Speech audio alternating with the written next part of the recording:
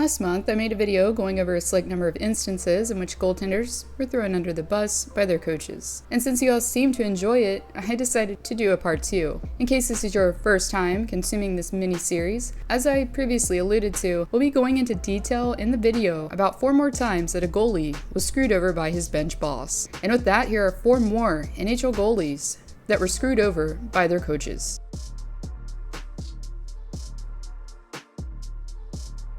After being promoted to Tampa Bay's head coach mid-season in 2001, it was clear that Torts had inherited a team that needed a little TLC. Therefore, when the team went from not making the playoffs for 6 consecutive seasons to winning the Stanley Cup by Torts' second season with the team, it was clear that bringing in the Massachusetts native was the right move entirely. However, one player that particularly didn't appreciate the move was goaltender John Graham. After not reaching his potential with the B, the goaltender was traded to Tampa Bay mid-season in 2003 for a 4th-round pick. Despite this though, Graham did have some brighter days between the pipes for Tampa. After arriving in Florida, Graham recorded a .920 save percentage after 17 games played. He also went on to have a career-best goals against average the next season with a .206 after 29 games played. So we're definitely not here to say that the netminder was always Swiss cheese in the crease, because temporarily at least, the change of scenery seemed to help his game. But it seemed like after signed with Chicago and left the starter position vacant, the larger workload didn't seem to agree with Graham very well. By the time the 2006 postseason rolled around, it quickly became clear for Graham that his struggles weren't just limited to regular season playing time. As Tampa Bay met the Ottawa Senators for their first round matchup, Graham unfortunately was only able to win 1 game out of the 4 he participated in. After finding himself pulled in games 3 and 4, Graham had surrendered 9 goals on only 37 shots recorded.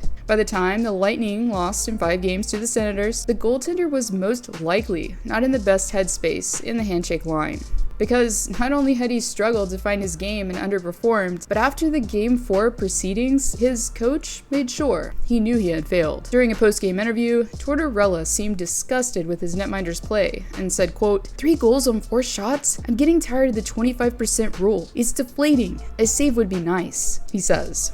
Well, thankfully for Graham, he was able to sign with the Carolina Hurricanes that offseason and got the heck out of Dodge. The most recent incident on this list happened last January, prior to the Oilers hiring coach Jay Woodcroft. Sadly, if we're being honest, the 2021-22 season for Dave Tippett wasn't his worst coaching-wise, but still, it's not likely one he's proud of. Well, as is usually the case when the team isn't clicking, the mediocrity displayed isn't just reserved for those playing outside of the net. In fact, it was no secret that Mikko Koskinen was having a rough season, and unfortunately for him, his struggles were certainly evident during a contest in New York City. After having a rough gaff while attempting to play the puck behind the cage and letting in 4 goals on 28 shots, Koskinen had a game he'd probably rather forget. However, his head coach had other ideas instead. Knowing that his job was likely on the line at that point, Tippett potentially, in an attempt to deflect blame, placed some on Koskinen instead. While being questioned post-game about the first goal surrendered by his team, Tippett replied with, "It's a brutal mistake. What are you going to do? Call it what it is. We're playing well. It's a brutal mistake. I thought we did a lot of things well tonight. Our goaltender wasn't very good, and we didn't find enough pucks at the net to get us back in the game," he says. The drama was only perpetuated after Koskinen responded to the criticism. According to multiple sources, including one from The Athletic, Koskinen voiced his thoughts about it to the Finnish outlet. Upon translation, it was obvious that Koskinen didn't agree with his coach's comments. It must also be said that in the 6 games I lost, the team had scored 7 goals. I can't score goals. It's always up to the goaltender alone to win or lose. The whole team needs to play better in the future, Koskinen told the source. Even though Tippett did try his hand at playing damage control through the media, the damage done was probably beyond repair considering.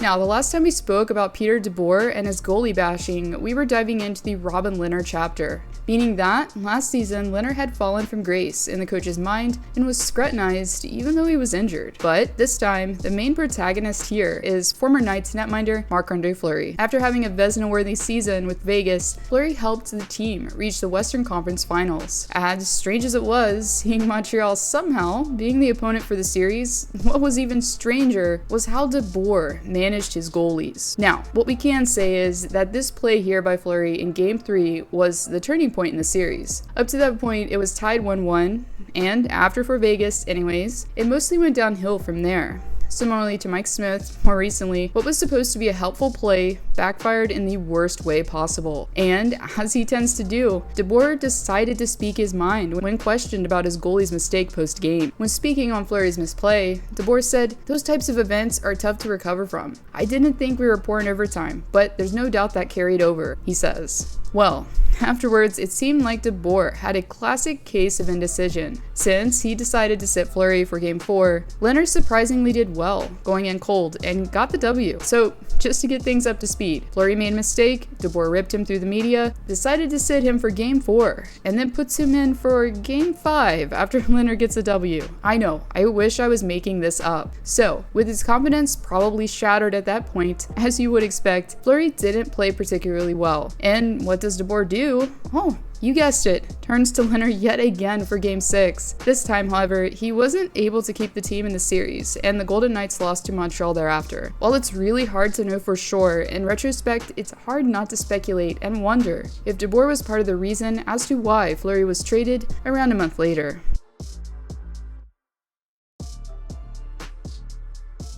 And for our last bout of controversy, we'll be heading back in time to 1990, back in ancient days when goaltenders still didn't wear masks. Just kidding. Still, it was 32 years ago, so definitely different times. But what remained consistent was Mike Keenan's brashness behind the bench. During a regular season contest against Ron Hextall and the Flyers, well, the game didn't start out too well for Ed Belfour. After surrendering 2 goals to Philly in the first period of play, Belfour was pulled by Keenan, only to be replaced in a strange sequence of events. Keenan seemed to have a verbal spat with the starting goalie on the bench after, which led to the coach grabbing his jersey. With the Eddie chants raining down from fans in unison, Keenan decided to turn back to Belfour after he had given him a talking to.